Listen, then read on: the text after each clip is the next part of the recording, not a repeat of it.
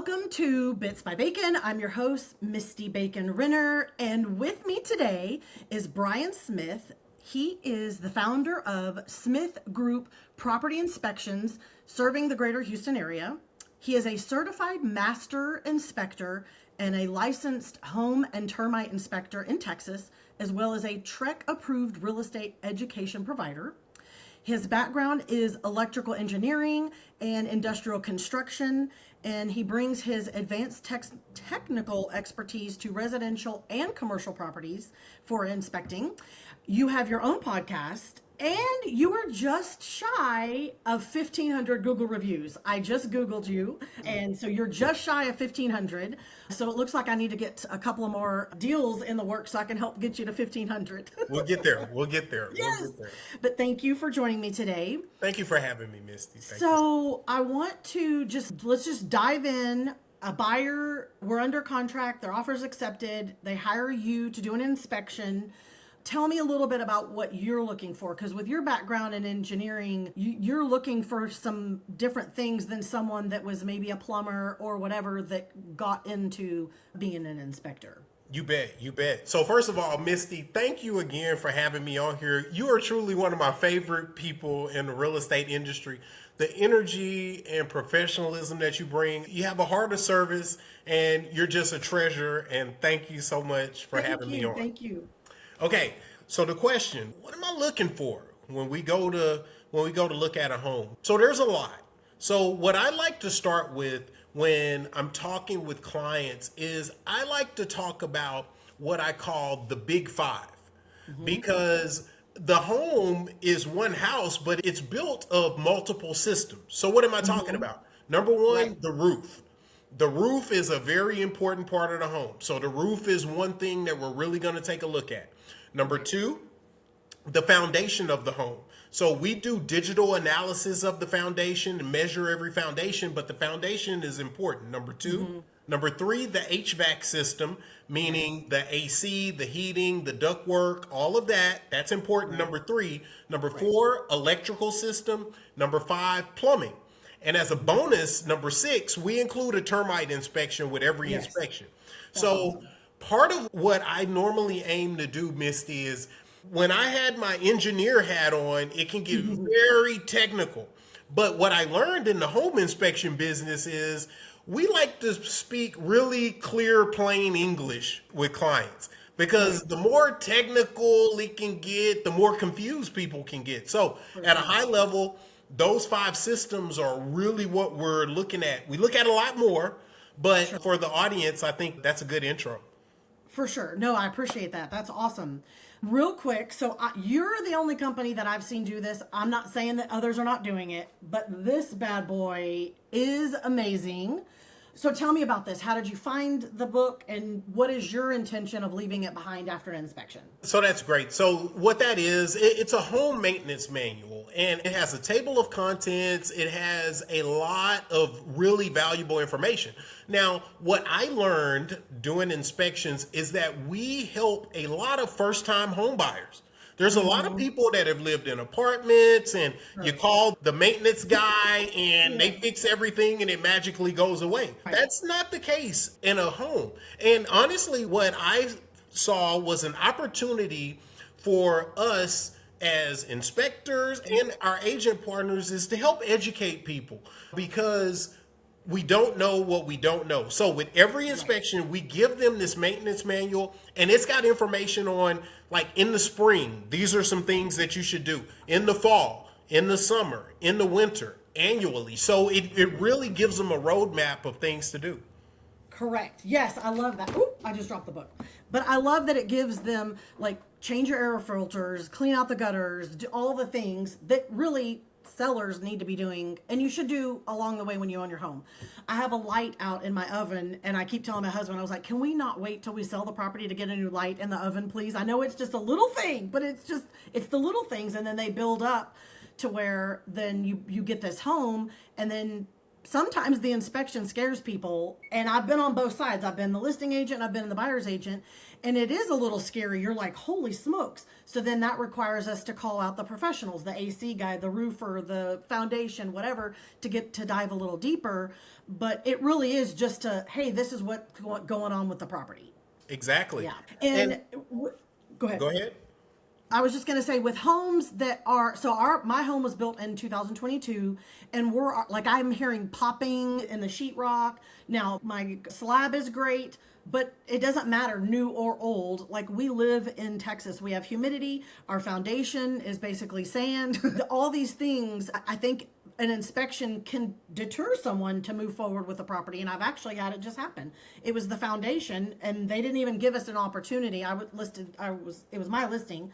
And they didn't even give us an opportunity to have a professional go out and look at it, because there were no cracks in the walls. There's no cracks in the bricks. There's no indication that there is a deeper issue that would require something to be done. But she had a bad experience, and she just wanted to walk away. Unfortunately, sometimes the inspections are scary to people, but I think that's where we come in, and we can guide them through on, hey, just use this as a checklist, and once a month, go look at the list and fix things that you feel, windows, things like that need to be addressed right away. But then other things are things you could do over time while you own the property.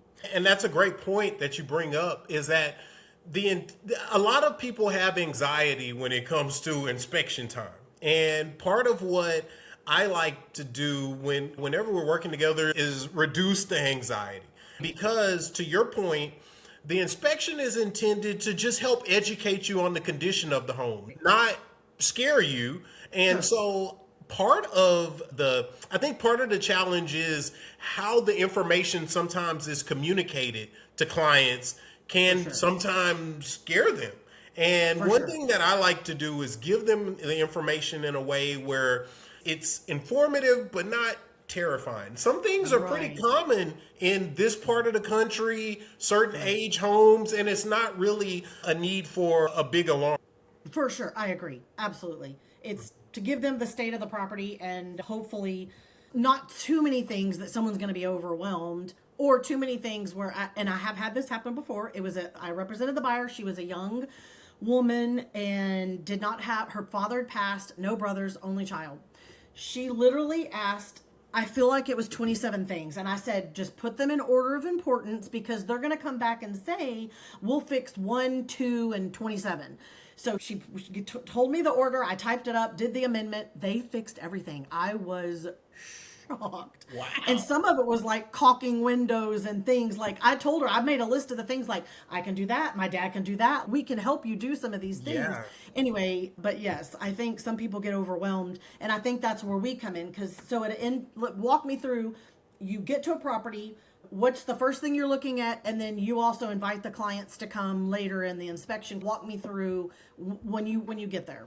You bet. So for me, it starts as I'm entering the neighborhood. When I'm entering the neighborhood, what I want to see is this a new construction neighborhood? Is this an older, more mature neighborhood? Mm-hmm. As I'm getting closer to the home, what do the roofs look like around this house? Do it look like everybody's replaced roofs? So it starts as I'm entering the neighborhood.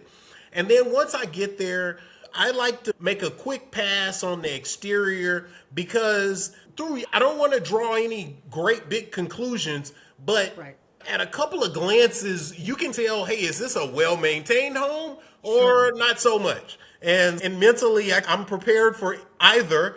And but then I start to proceed, and what I want to see from a structural standpoint, just from the street level, how's that roof look from way back here? We're going to get closer. We're going to take a closer look. Does it look at a high level? Are we talking, is it a newer roof, as in less than 5 years old? Now, I don't know how old it is, but does it look newer? Does it look like an older roof? Does it look like it's more than 10 years old? So I'm scanning, and I'm just observing what type of property. Is the property vacant? Is somebody living here? Do we have all utilities on? So there's a lot that goes on right there. And I see you laughing about that, because I've had so many calls. Misty, the water's not on, the gas is not on. I'm like, what? Yeah. And so one of the things that I think about when we work together, so the inspection company, the agent, I always look at it like there's a team that we're helping the client through the home buying process. Yeah. And I feel like a big part of our opportunity is to be a calming influence because people already have a lot of anxiety. And Sure. as the professionals in the transaction, it's our opportunity to be a calming influence and really help guide them through the process. Yes, for sure. Absolutely. And then towards the end of the inspection, you have the buyers come. I don't know. First of all, how long does it normally take or could take for an inspection? Great question. So the standard home inspection takes about 3 hours to complete. And what we normally recommend is for people to come at the end, meaning the last hour or the last 30 minutes of the inspection, so that we can do an in-person review. What we do at the end, we'll pull out an iPad tablet and walk them through the deficiencies real time. This is so that they're not just receiving an email, that they can see everything. There's an opportunity to ask questions, and there's a real benefit for people doing that. The way that I look at it is buying a home is one of the biggest purchases you're going to make in your life. To me, somehow we need to make it a priority to be there. And Absolutely. every day we do inspections for people and we send the report and they're unable to attend. Some people are out of state or whatever. Sure. But if there's an opportunity for you to attend and speak with your inspector at the end, I highly recommend it and we encourage it. Absolutely. Because then if they had questions, you can guide them right away, as opposed to them calling you later and you're like, hang on, let me pull up the file. It's fresh on your brain too. And to be honest with you, here's what I see happening sometimes.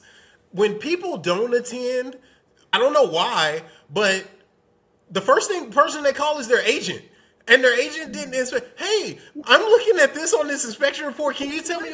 So to smooth that process out, if you can come to the inspection, it'd be a lot better hearing it directly from the inspector because that's Absolutely. Yes. I agree. What is the craziest thing you've seen on an inspection?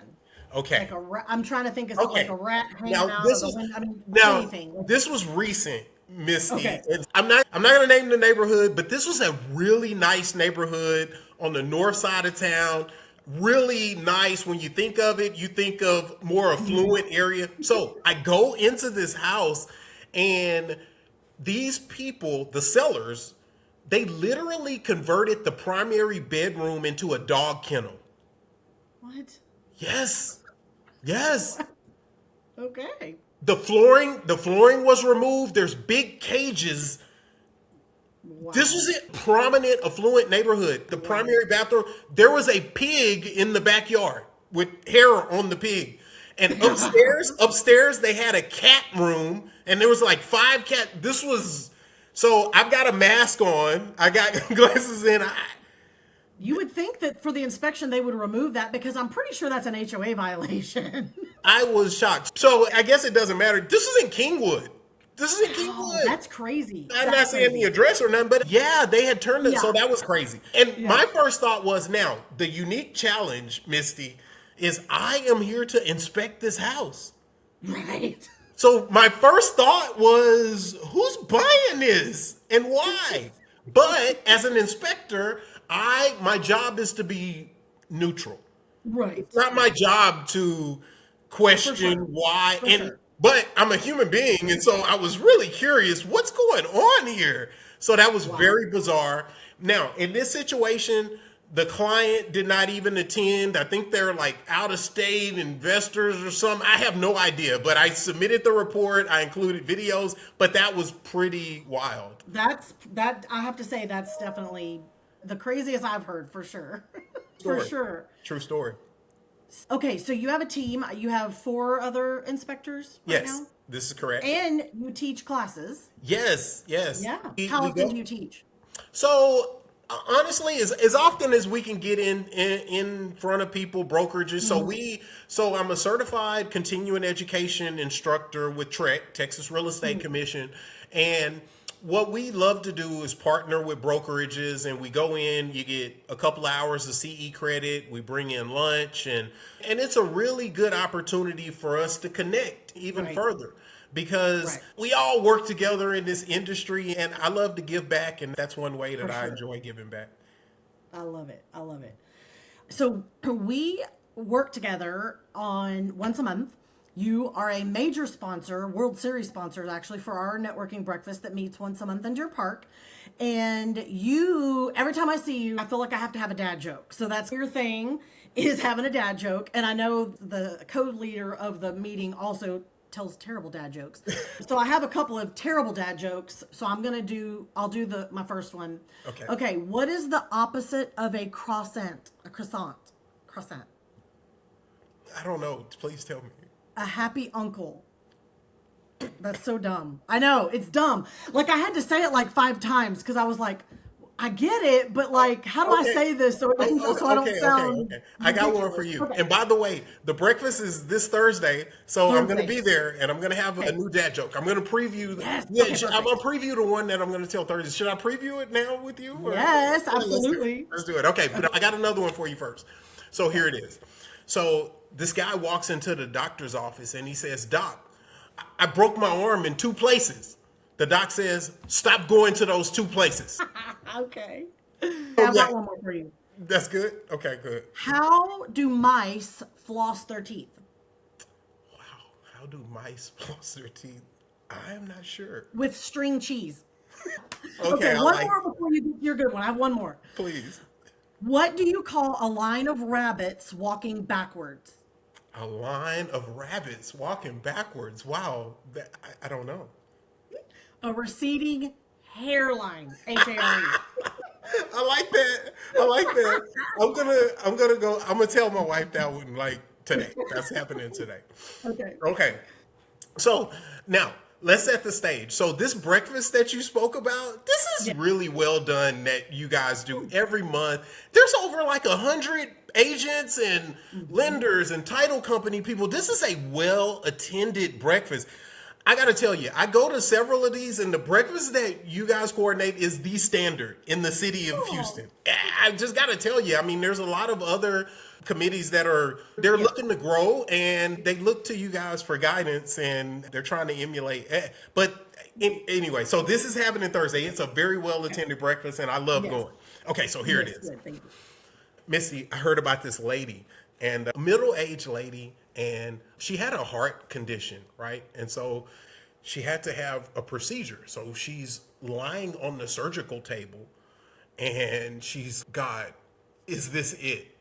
And God said, "No, you're going to live 40 more years, 40." And she's, "Okay, great." She's, "While I'm here, then I want to get like some liposuction, a tummy tuck." And so she got some things taken care of. And a couple of months later, after recovery, she goes to leave the hospital, and tragedy. She gets run over by a car, and it was a freak accident. She gets up to heaven, and she's like, "God, what happened?" And he said, "I didn't recognize you." Oh, boom. That's good. Okay, I have 2 final questions for you that I Yes, ask ma'am. every guest, and I've Yes. answered myself. But what would you tell your 22-year-old self? What advice or words of wisdom, knowing all the things you know now, would you give your 22-year-old self? So a couple of things. I would tell them however, so we need to start defining what it is that you enjoy doing, what it is, your vocation. At 22, we need to start kind of having some idea of what that is. So Right. first of all, and the second thing is somehow, as we're going down that path, you need to do everything you can to learn, be a sponge, add value. If you gotta, whatever you need to do, Yeah. you need to figure out what you want to do and learn. Be a sponge, add value, and show up with enthusiasm, passion. You don't have to be the smartest person. You don't have to be the best looking person, but you can have a great attitude. You can have enthusiasm. You can show up. And that's what I would tell my 22-year-old self. Keep showing up, love it. have some enthusiasm, and be consistent. I love that. I love that. Okay, last question. What do you want to be remembered for? Wow, that is a great question, Misty. You know, what I want to be remembered for is I want to be remembered for being a really good husband, Christian father, son, community contributor, just a person, a giver, a giver, a person that contributed to the solution down here versus the otherwise. That's how I want to be remembered. A Love good that. Christian husband, father, first and foremost. Because before anything, I'm a man of faith, and I'm unapologetic about that. And that's what before I'm an inspector. I'm a man of faith. I'm a husband. I'm a father, and that's most important to me. And that's what I want to be remembered for I sure. love that. I love that, and I appreciate that. And God will honor that. I love it. Amen. God first. God first. Thank you for joining me today. I appreciate your time. I hope that the buyers, people looking to buy, will have a better understanding of what it is that you're looking for and what they should look for, and to not be scared of things that we do find on the inspection. But yeah, I appreciate you, and we'll have to have you on again and do a little deeper dive and some different dad jokes. You bet, you bet. And guys, the audience out there, you need to contact Misty Bacon Rinner for all your real estate needs, investing, selling, buying. She is the best. You got to contact Misty.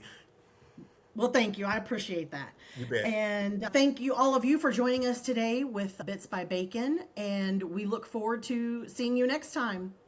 Take care, and remember, everybody loves bacon.